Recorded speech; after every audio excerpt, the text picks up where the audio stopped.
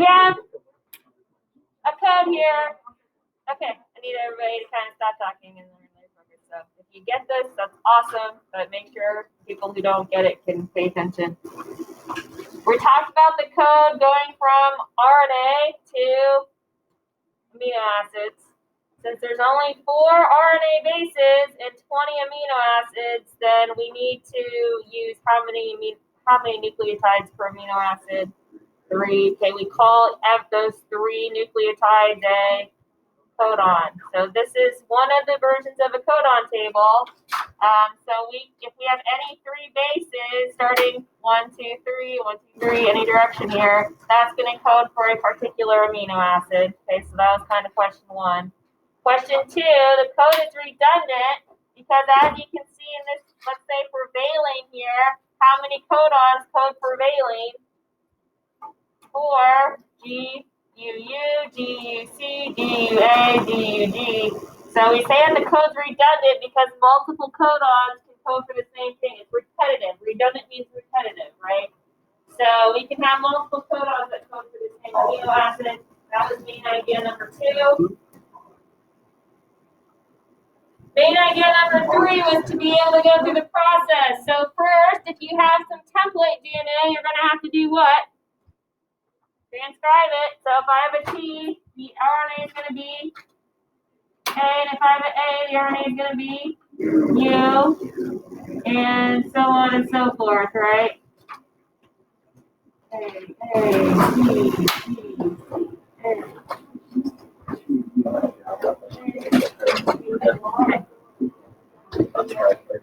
Okay. So here is the next problem. If I'm reading these 3 at a time, I have to know where to start reading them because it's not always going to be the very, very beginning. Okay, how do I know where to start reading this code? Yeah, Andrew? Yes, the start codon, there's only one codon for this start. Okay, this is the only amino acid that only has, okay, that's a lot. Okay, but it's almost one of the only amino acids that has one codon, which is AUG. Every single protein starts with that amino acid, okay? So I would prefer that you don't put start, but that you put MET. So I can't start coding this until I get to that start codon, AUG, okay? The first amino acid is methionine, okay? Every 3 bases after that, that's going to be my reading frame, okay? That's what I'm looking to decode. So if I have GGA, here's my first G, A, lysine, AAG, lysine, GCA, GCA, alanine. I like this table better, but for whatever reason, most of the CAU, histidine,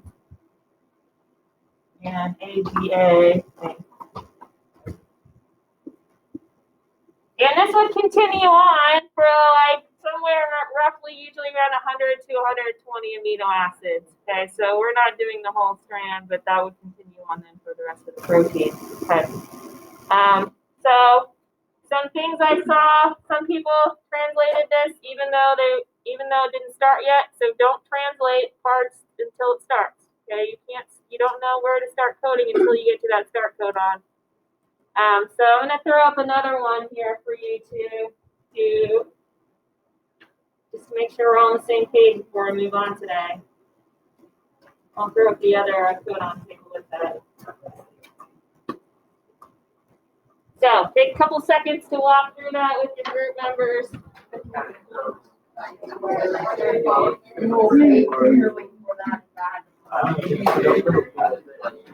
Okay.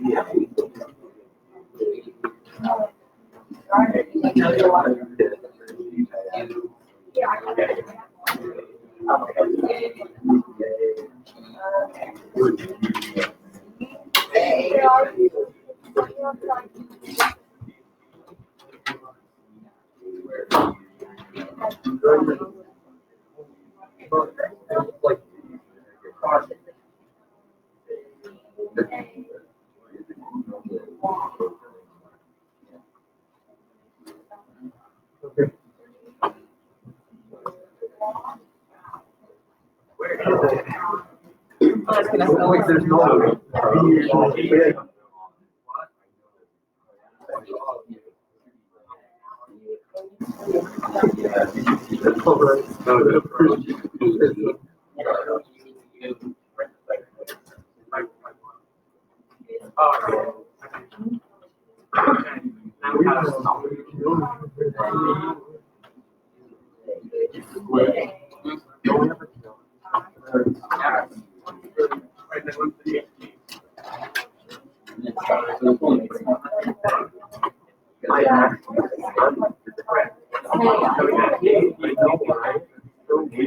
It's so weird. My brain is already so I don't actually remember any. Yeah.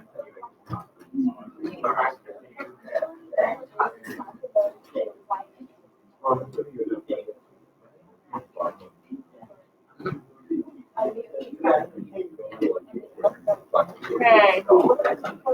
So once you transcribe it, your reading frame is going to be set when you get to the start codon, right? So we don't start CAU, we start AUG. If we start at CAU, then we have a whole different set of amino acids, right? So it's really important that we start right at that start codon and that we set the reading frame properly. So that's going to be MET. This table set up, so you look for the first base on this side. So here's C.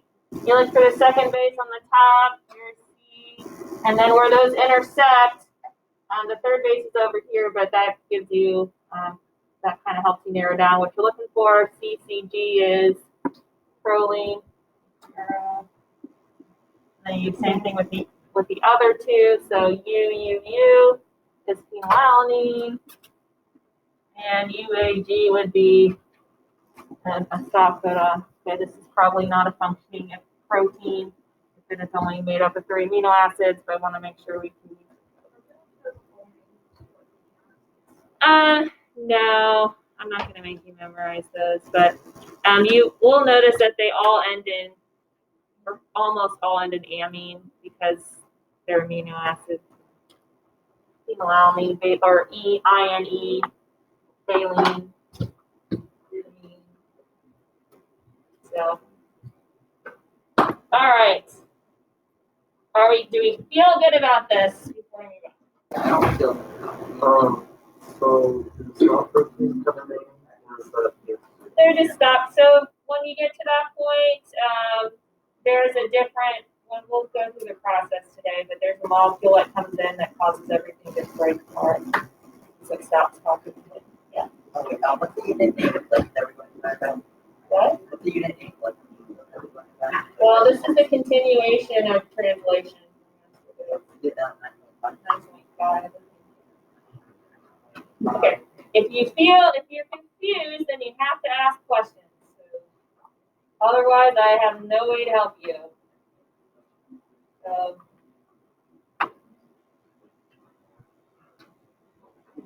Yes.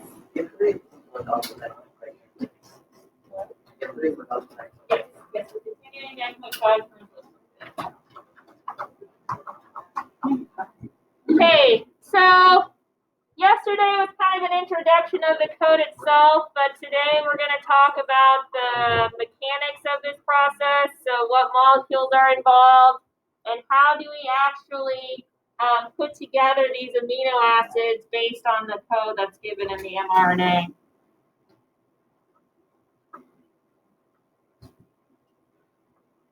So,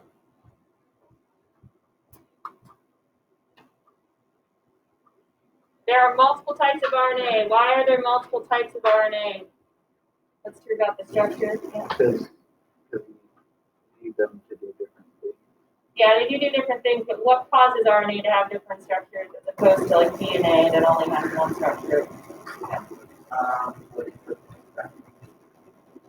Okay. Yeah. Yeah, because remember, instead of DNA, which is double-stranded, it always has a double helix shape. RNA is single-stranded, and so it folds back over each other, right? So you get all kinds of different folding patterns, and all those different structures are then going to have different functions. So we are only going to focus on 3 types of RNA today: mRNA, tRNA, and rRNA. You definitely need to know all of their functions in the translation process. Okay, so that is key. You need to know mRNA, tRNA, rRNA. And so let's just really quickly go over the names. mRNA, the M stands for messenger.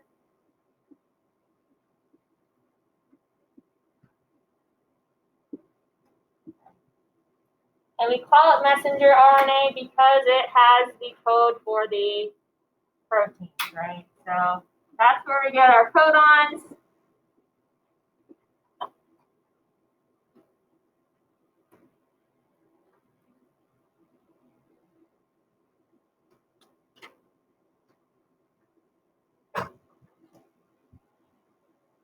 tRNA, T stands for transfer.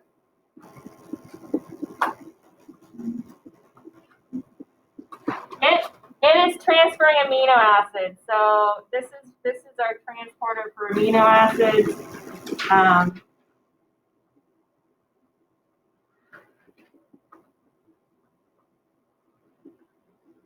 And it also has a section on it called an anti-codon, which we'll get to in a little bit.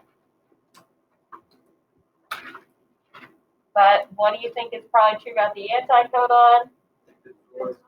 It does not destroy codons, but it's opposite of the codons. It's complementary to the codons. Okay, so they match up. So they match together with the codons. We'll talk more about that later. And we have rRNA, where the R stands for ribosomal. This is the RNA that makes up the ribosome.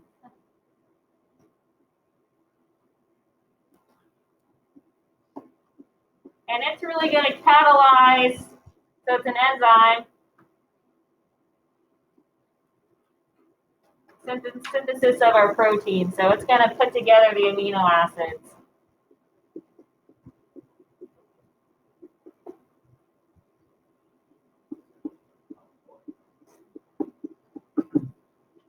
You want to put that in simpler terms, it's going to put the amino acids together. Okay. That's what synthesizing means, is putting things together, right? Synthesizing our protein, putting our amino acids together. Catalyze synthesis of protein. Sorry, my handwriting's not great.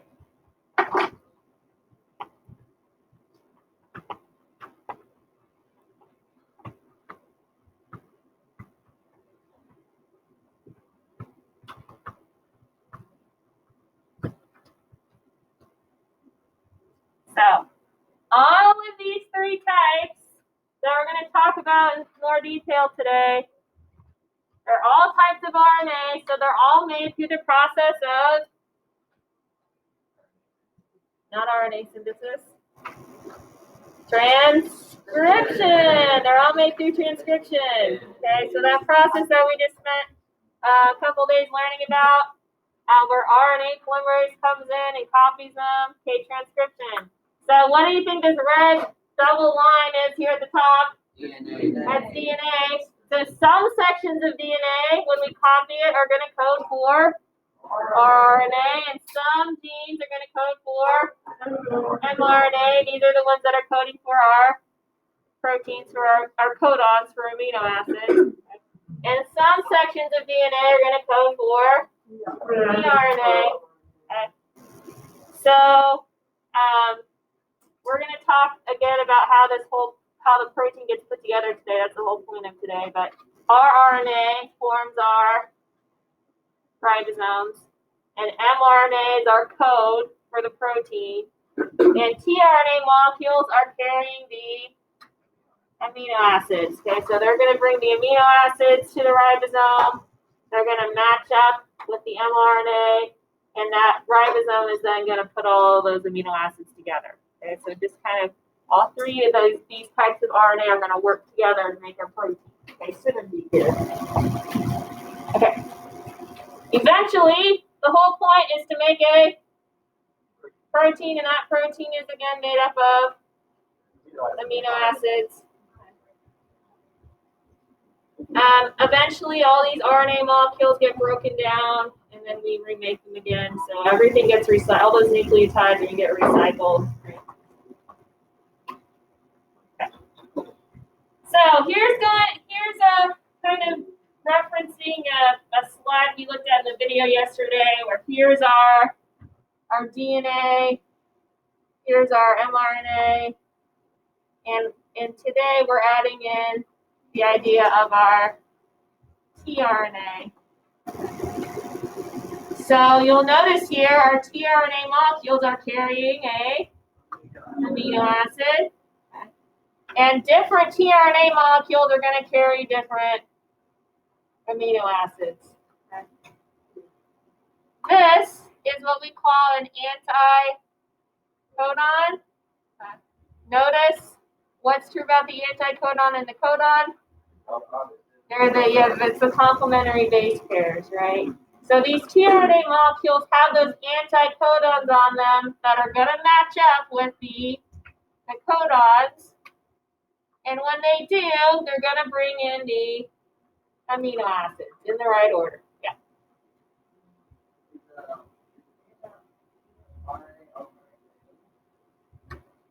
The tRNA molecule has the anticodon is part of it.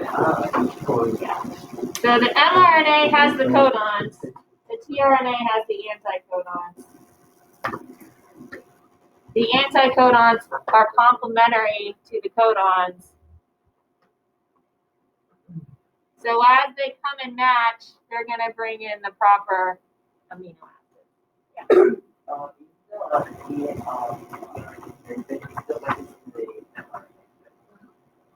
So the tRNA is carrying the amino acid, and it matches up with the mRNA codons.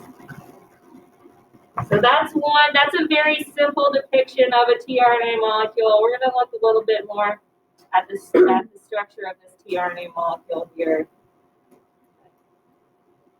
So remember, this is made up of a single RNA strand that's folded over itself. And so there's some diagrams here. This is really, where does the amino acid attach? So take a look at those diagrams with your group. See if you can find those spots on there. I know that the font's kind of small.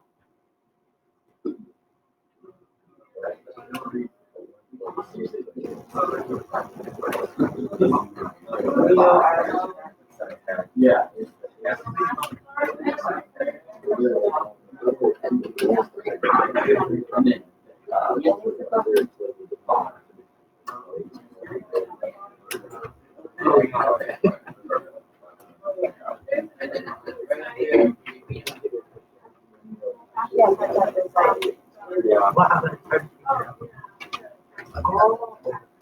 Okay.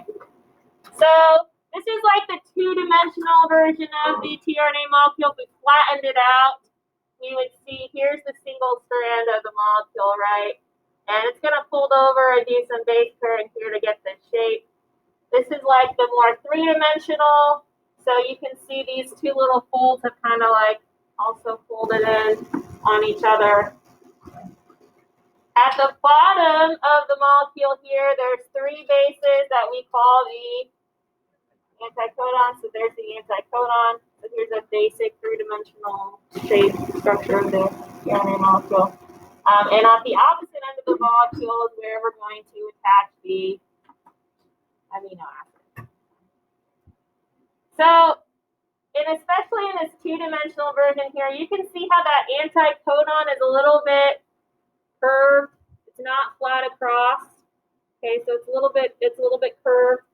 And that plays a large part in that third base wobble. So do you remember from the video yesterday what the third base wobble means or refers to? Yeah. Yeah, sometimes the third base can be different, but it can still code for the same amino acid. And that partially has to do with the fact that that anticodon is not quite all the way straight. And so it's going to end up matching very specifically with the first two bases, but not so specifically with the third base. Yeah. Why does the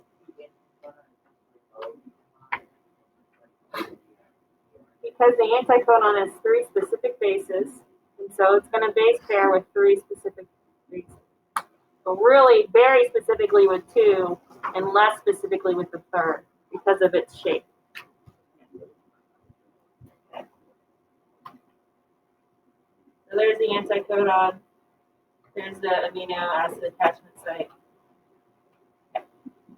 So, first question, here's an amino acid. Or sorry, not an amino acid. A tRNA molecule. What codon would it match with? Talk about that in your group real quick.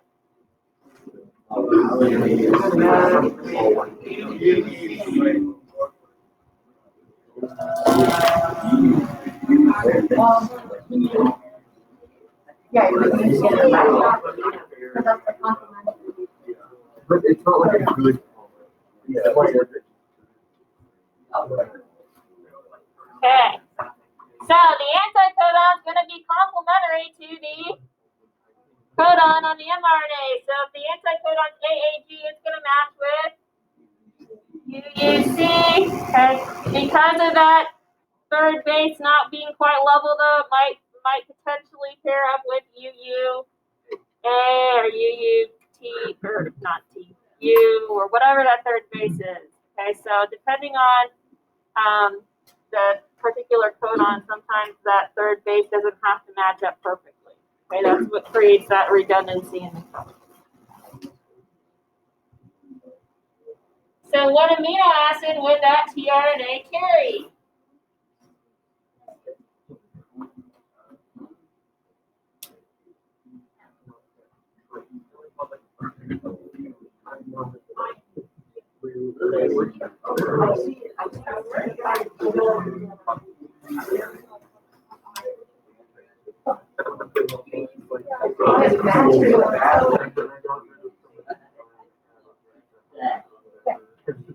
Okay, here's the trick here. What do you use? The anticodon or the codon? The codon. Okay, make sure you use the codon. Okay, the first letter of the codon is U. The second letter is U. The third letter is C. So I know this is tidy. So that codes for phenylalanine. Okay, or F. Okay. Questions, or could you kind of think through that process? Yeah?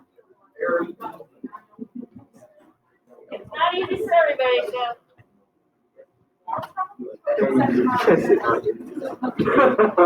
Well, if it is, it doesn't always correlate to the test score, so. Okay, so something additional to know about tRNA molecules is that there is an enzyme that loads them. Okay, so they're constantly dropping off amino acids. They have to pick them back up again.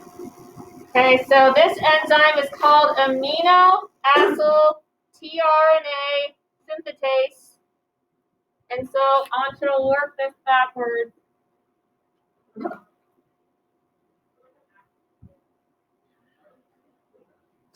So what do you think this means? What do you think that means? What does that mean? Why does it name that? Do you guys talk about that in your group?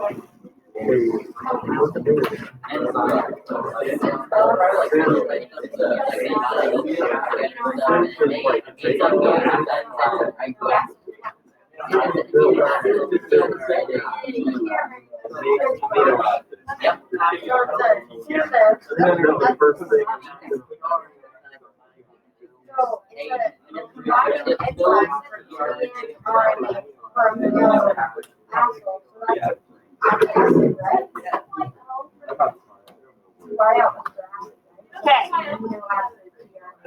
ASE, enzyme, comes from synthesis, to put together.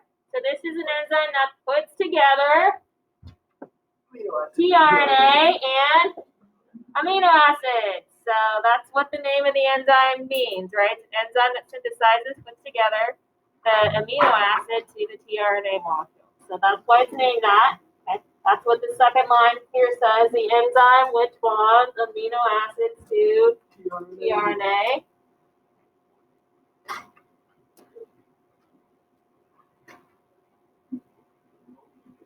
And what might be interesting to note is that there is one type of tRNA molecule and one type of synthetase enzyme for every amino acid. So how many amino acids do we have? 20. So there's also 20 tRNA molecules and 20 synthetase enzymes that attach them. Okay.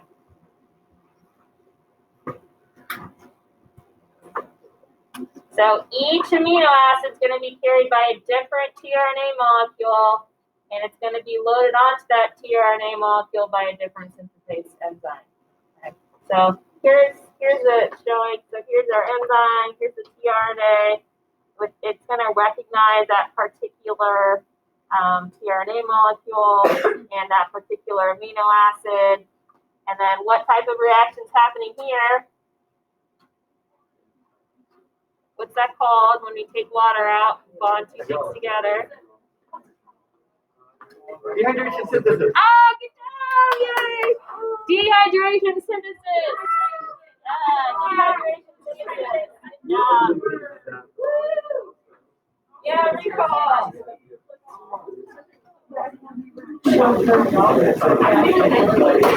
Okay.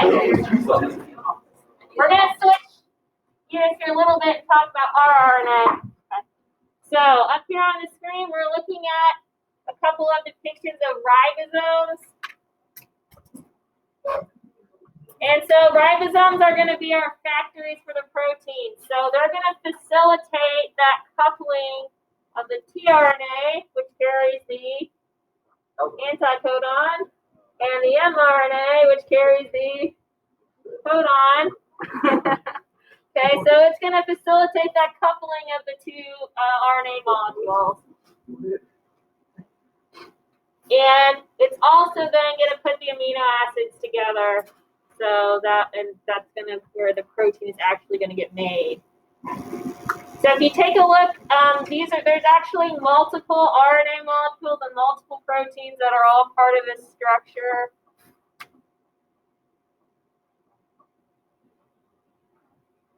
But there's basically two major parts that can come together and break back apart again. And so we just call them the large subunit and the small subunit. So when you look at the ribosome, so here's the large, here's the small, here's them together.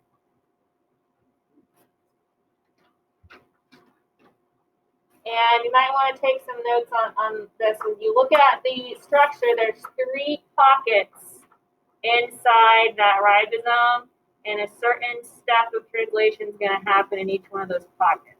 Okay? So they're called the E, P, and A pocket.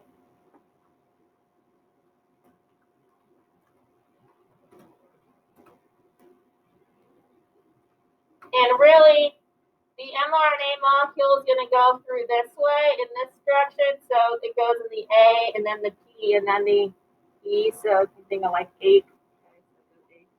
Yeah. What? They're facilitating the coupling of the tRNA and the mRNA, first of all, and then secondly, they catalyze the amino acids getting put together. Okay, so they really have 2 roles. They're helping the tRNA and the mRNA to pair up properly, and then once the amino acids are there, they're going to bond the amino acids together. So I'd say that's the 2 main jobs of the ribosome is to help the tRNA anticodons and the codons to pair properly. And then once the amino acid is there in the right order, they're going to bond the amino acids together. So we're going to take a look at each one of those sites. Do you remember what they are called? This one is the A site, and then the B site, and then the B site. 8. So the A site is called the A site after amino acid tRNA. That's a fancy way of saying amino acid attached to a tRNA molecule. You can also think of it as the arrival site. That's how I like to think about it.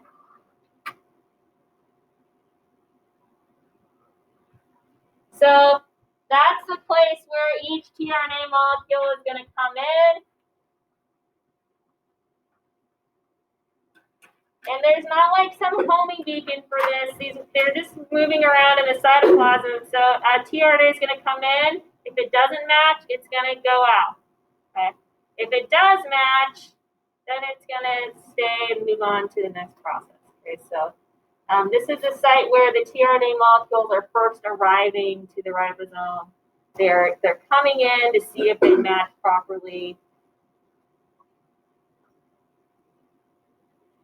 If they don't match properly, they're not going to stick. They're not going to form the right hydrogen bonds, and so they're gonna not stick. Right? They're going to leave again. So tRNA molecules are like constantly coming in and out of these A sites. If they match, then they're going to stay, and everything's going to move over to the next site.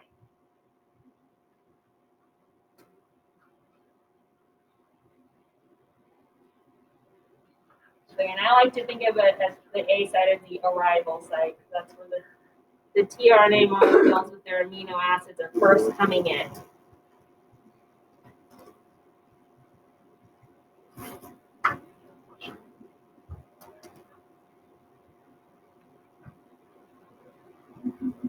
This is the next site then is called the P site for peptidyl tRNA site. What's this word? What's the root of this word coming from? Peptide. What's a peptide? A string of amino acids.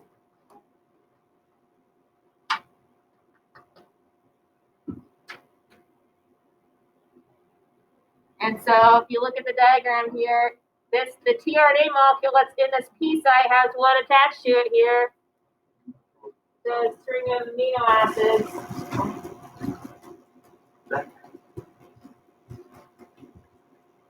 So we're going to watch a video of this in a little bit here, but when this matches, that match is going to get recognized because it's going to stick along for a little bit longer than it would otherwise, and everything's going to scooch over to the next pocket. And as that happens, this amino acid chain is going to get added on to the next tRNA molecule, right? So we're going to transfer this to the incoming tRNA molecule, and in that way, the amino acid chain is going to build, right? Every time we have a new tRNA come in, that new amino acid is going to get attached. Okay, so that pocket's just going to hold the tRNA with our growing polypeptide chain, right? And that's what you see there in that middle pocket. Is that tRNA molecule on the P site has has that string of amino acids, right?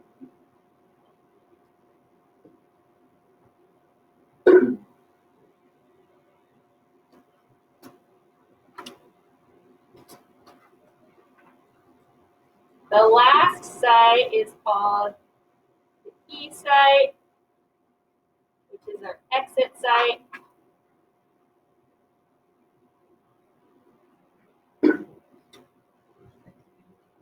And so again, it's a little bit hard to do this on just a single diagram here, but this chain is going to get passed on eventually to the next tRNA molecule, right? The next amino acid. So after that is transferred, you have an empty tRNA molecule. So when that empty tRNA molecule gets shifted over, it's then going to leave. What's going to happen to it after it leaves? It's going to bump into its synthetase enzyme, right? It's going to reload it and go back and drop off this brown thing here, yeah, is the entire ribosome. So the ribosome is much larger than the mRNA and the tRNA molecules are. So once that polypeptide is then passed on to the next tRNA molecule, the empty tRNA molecule is then going to leave, right? So the empty tRNA molecule is going to leave the ribosome from that exit pocket, And it's gonna, when it goes into the cytoplasm, eventually it's gonna bump into its synthetase enzyme again. It's gonna get reloaded.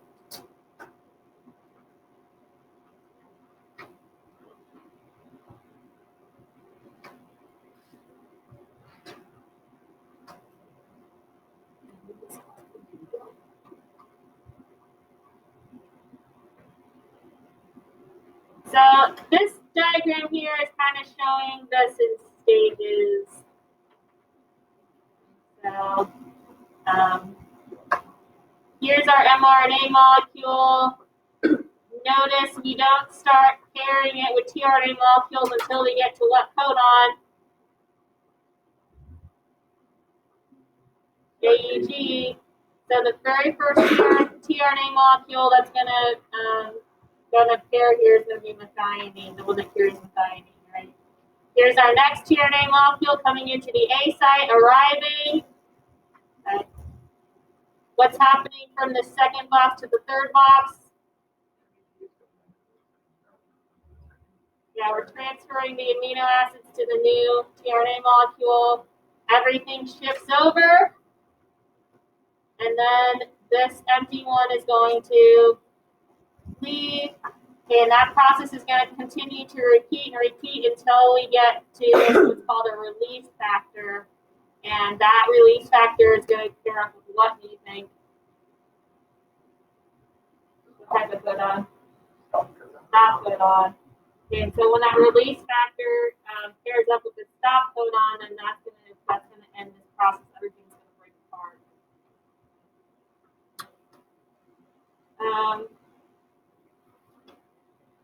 So that's gonna happen over and over. A site, P site, E site, A site, P site, E site, A site for each tRNA molecule. The process itself is sometimes also broken up into three main steps. So we have initiation. What's initiation mean? To start.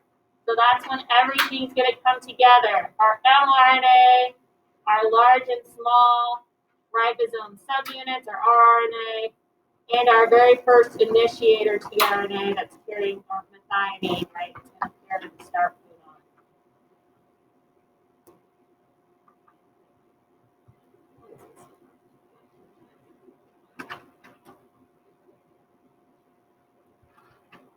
Elongation, what's elongation refer to?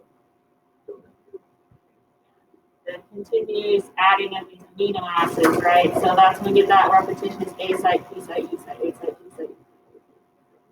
Okay, so we're adding amino acids based on the pairing of those tRNA molecules to the codons.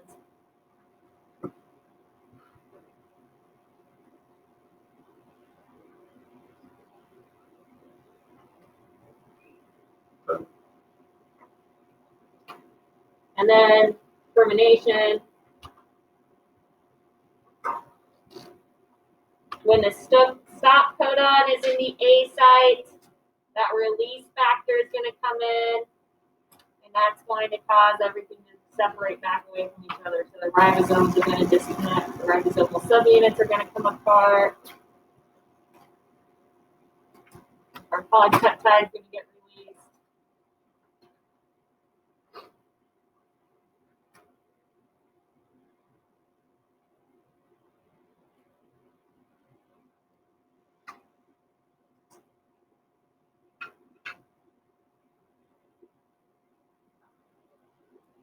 That's what I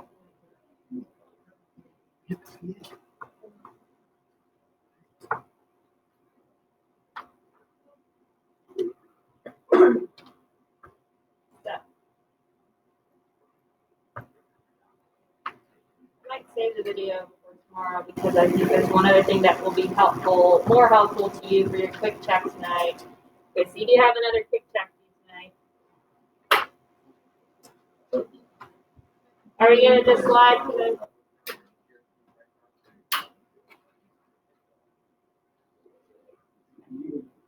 So, here's a diagram. Notice we're starting in the nucleus with our DNA molecule here. What do you think this pink thing is? That's our mRNA. What's this big silvery blob thing supposed to be? RNA, not synthase, polymerase. Okay, RNA polymerase. What do you think the dark pink and light pink things are? What's the distinction between this light pink section? Exons and So the pink is the exon code and the pink is the intron code. So from this pink molecule to this pink molecule, you're doing the splicing, right? So again, this is one of those more simplified versions, because really that splicing process is happening as the RNA is being made. Sometimes we call this pre-mRNA and mature RNA. So you'll see that in the DNAV. It's going to ask you to label, match all the big parts of this diagram. So this is the pre, this is the mature RNA. And so as that mRNA goes out in the cytoplasm, what connects around it? The ribosome. Here's the small subunit. Here's the large subunit. Then we have the A pocket, the P pocket, the E pocket, and our tRNA molecules are coming in. The polypeptide getting transferred, and then they're leaving empty-handed to go back and get reloaded, right? So that's what's happening here in this diagram. So the DNAV is going to ask you to match. It's going to be like label, and you're going to have to match with everything in. And it's also going to ask you to write a summary about what's happening in this process. So why don't you take some time to talk about that in your group now before we leave today? What all is happening?